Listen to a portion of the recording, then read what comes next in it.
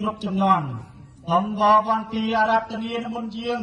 ព្រះបាទសូរ្យវរ្ម័នទី1ព្រះបាទសូរ្យវរ្ម័នទី2ព្រះបាទជ័យវរ្ម័នទី7ព្រះនាងអន្តរទេវីព្រះនាងជ័យរាជទេវីព្រះនាងឧមាព្រះនាងសោមាបបាត់កៅដិន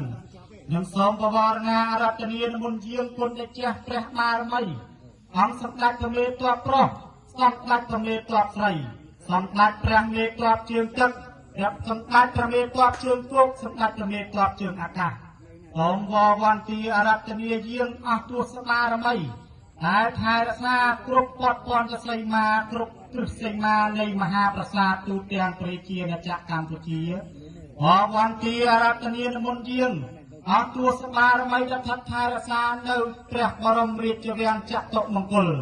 សូមវវន្ទីអារាធនានមុនយាងទសបារមីព្រះអង្គដងកាលយាយដូនពេញលោកតាប្រចាំទសបារមីជំទាវកែវលោកកែវទសបារមីលោកតាអុកញ៉ាពញាខ្មៅទសបារមីដែលលោកថែរក្សានៅខេត្តកំពង់ស្ពឺនេះទាំងមូលមានបារមីលោកយាយជំទាវម៉ៅលោកយាយជំទាវតៃទសបារមីលោកតាម៉ៅទសបារមីដែលវត្ថុស័ក្តិសិទ្ធិដែលទ្រង់រឹតថែរក្សាទូទាំងប្រជាជាតិកម្ពុជាទូលព្រះបង្គំយើងខ្ញុំប្រកាសណាទាំងអស់គ្នាសូមវវន្ទីអារាធនាមុនយាងចោះចាកអំពីឋានវិមានមកកាន់ចិត្តស្ថិតនៅទីអារាមវត្តស្រះព្រាំងដើម្បីស្ដាប់នៅពាក្យទូលបង្គំយើងខ្ញុំប្រកាសណាបានបួងសួងនិងសូមអារាធនាយាងទៅគង់ប្រថាប់នៅលើសេរសានៃវីរៈកងទ័ពខ្មែរគ្រប់រូបដើម្បីថែរក្សាការពារនិងអភិបាលគុំក្រងហើយវីរៈកងទ័ពខ្មែរ